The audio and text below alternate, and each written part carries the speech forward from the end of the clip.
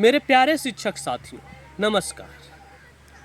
मित्रों, ट्रांसफ़र को लेकर के जो तरह तरह के बातें चल रही है, अलग अलग तरह के विचारधारा चल रहा है, अलग अलग तरह की चीज़ें फैल रही है, मैं उसके बारे में आप लोगों से बात करना चाहता हूँ, संवाद करना चाहता हूँ आप लोगों के साथ, और एस महोदय के साथ भी मैं डायरेक्ट संवाद करना चाहता हूँ। मित्रों, शिक्षा विभाग कि एसीएस रहे चाहे कोई भी अधिकारी रहे, बहुत अच्छी अच्छी बातें करते हैं। 2-3-4 शब्दों का इस्तेमाल बार बार अधिकारियों के द्वारा किया जाता है। सबसे पहला शब्द होता है सिंसियरिटी, दूसरा शब्द होता है पंक्चुअलिटी, तीसरा शब्द होता है डिसिप्लिन, चौथा शब्द होता है ओनस लेने वाली, जिम्मेवारी। लेकिन शिक्षा विभाग के अधिकारियों के द्वारा बार बार शोकाउज भी जो जारी शिक्षकों के खिलाफ किया जाता है, तो आपने अपने कार्यों में थोड़ा सा भी लेट हुआ आदेश पालन करने में, तो शिक्षकों से कहा जाता है कि आपने अपने कार्य में लापरवाही बरती है, क्यों नहीं आपके विरुद्ध विभागीय कार्रवाई किया जाए। शिक्षक 10 मिनट लेट आ जाएं, थोड़ा सा जाम में फंस गए या कुछ भी कर दिए, लेट आ जाएंगे शिक्षक, तो वहाँ से बीओ साहब तुरंत जो है से कि शोकाउज जारी कर देंगे। आप जो है से कि अपने कार्यों के प्रति लापरवाही बरत रहे हैं और इसके वजह से आपके जो है से कि समझिए ना, आपको निलंबित किया जाएगा या आपके ऊपर विभागीय कार्रवाई किया जाएगा। लेकिन शिक्षा विभाग के हमारे जो सबसे बड़े कर्ता धर्ता हैं, सबसे बड़ा अगुआ व्यक्ति जो है एसीएस महोदय, उनकी बातों का नहीं कोई सार है, नहीं कोई ठिकाना है, नहीं पंक्चुअलिटी है, नहीं डिसिप्लिन, किसी भी प्रकार का इन चारों शब्दों में से एक भी बात मैच नहीं करता है। 10 तारीख से बोले कि पोर्टल खुल जाएगा, हस्ताक्षर के साथ बाजाबता प्राथमिक शिक्षा निदेशक का हस्ताक्षर के साथ आ गया मार्केट में। 10 तारीख से एकदम बिल्कुल जो है कि पोर्टल ओपन होगा और सारे शिक्षक जो है म्यूचुअल ट्रांसफ़र के लिए आवेदन करना शुरू कर देंगे। क्या हुआ महोदय? आज 11 तारीख हो गया, 12 तारीख हुआ, क्या सबसे ऊंचे पद पे आप बैठे हुए हैं और इस राज्य का जो सत्ता जो है, जो जनता का जो जनता का जवाबदेह सत्ता है,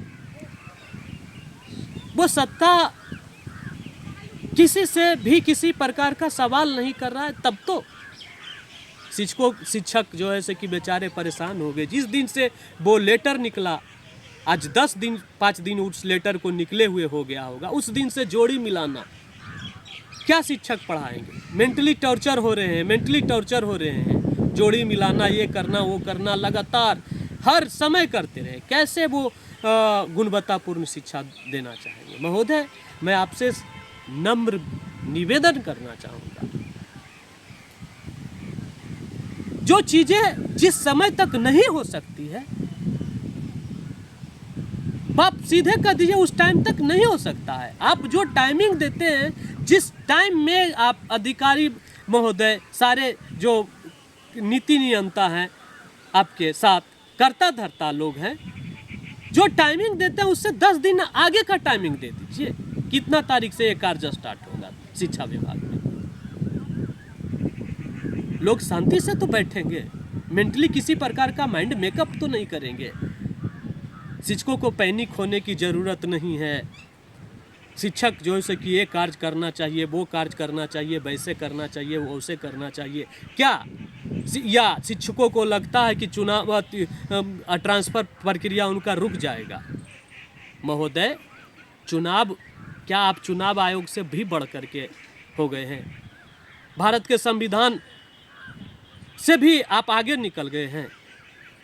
जब चुनाव ड्यूटी में बीएलओ का ड्यूटी जब लगा दिया गया, तो उसका ट्रांसफ़र चुनाव आयोग ने तुरंत जो है कि रोक दिया, और बाकी सारा शिक्षक का जब चुनाव ड्यूटी लगा दिया जाएगा, सभी के पास प्रशिक्षण के लिए लेटर आ जाएगा, तो आप ट्रांसफ़र कर दीजिएगा। आप चुनावों से बढ़ करके हो गए हैं, चुनाव आयोगों से बढ़ के हो गए हैं।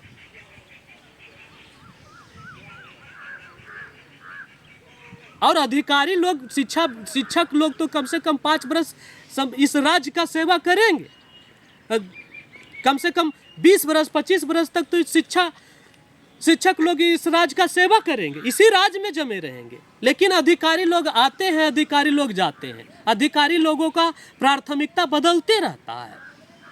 चुनाव के बाद सरकार का ही प्राथमिकता बदल जाएगा, जो चीफ मिनिस्टर है उनका ही प्राथमिकता बदल जाएगा।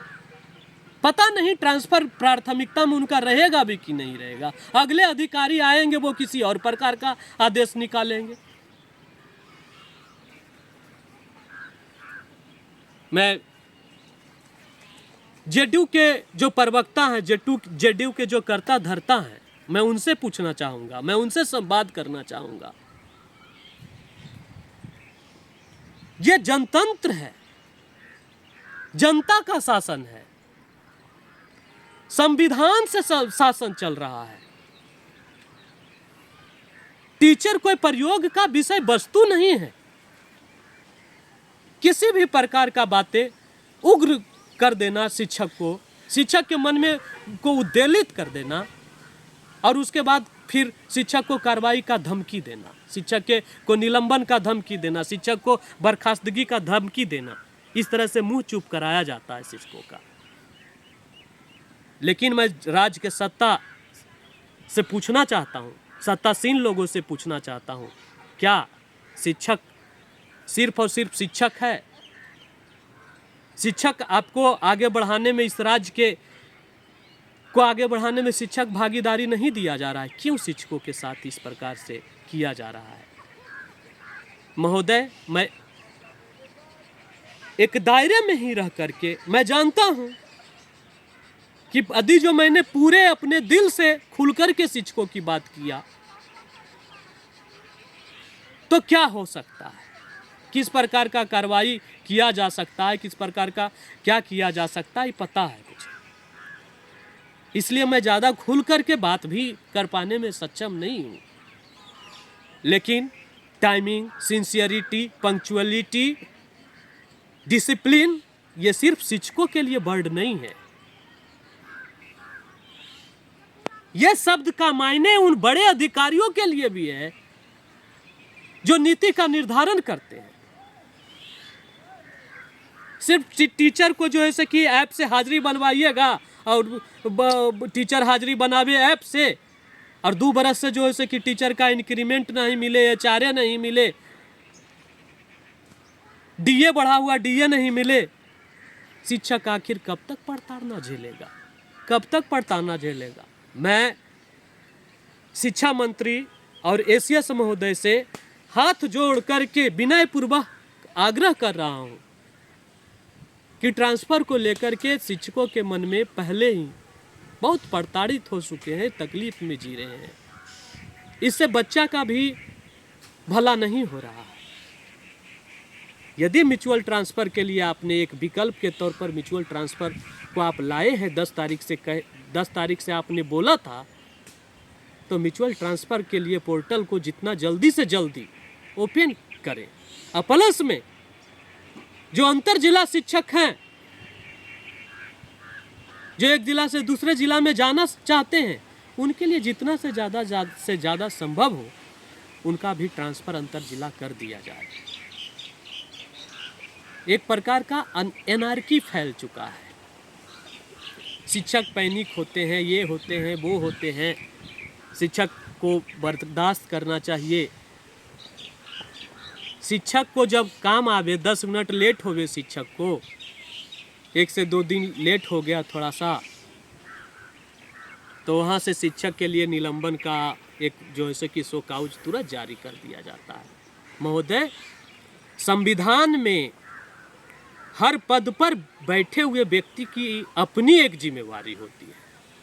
यदि एक शिक्षक की बहुत सारी जिम्मेवारियां हैं और उस जिम्मेवारी को निभाने में लेट कर देता है, 10 मिनट लेट हो जाता है, तो उस पर शो काउज जारी करने का संविधान यदि जो किसी को इजाजत देता है,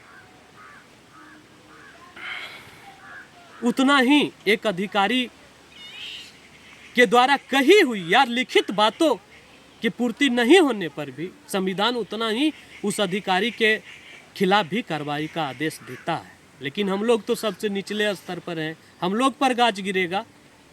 बड़े बड़े लोगों पर कैसे गाज गिर सकता है? वो तो संविधान से भी अपने आप को ऊपर समझ बैठे हैं। जय हिंद मित्रों, हम अपना हक, अपना अधिकार अवश्य लेंगे। जय हिंद।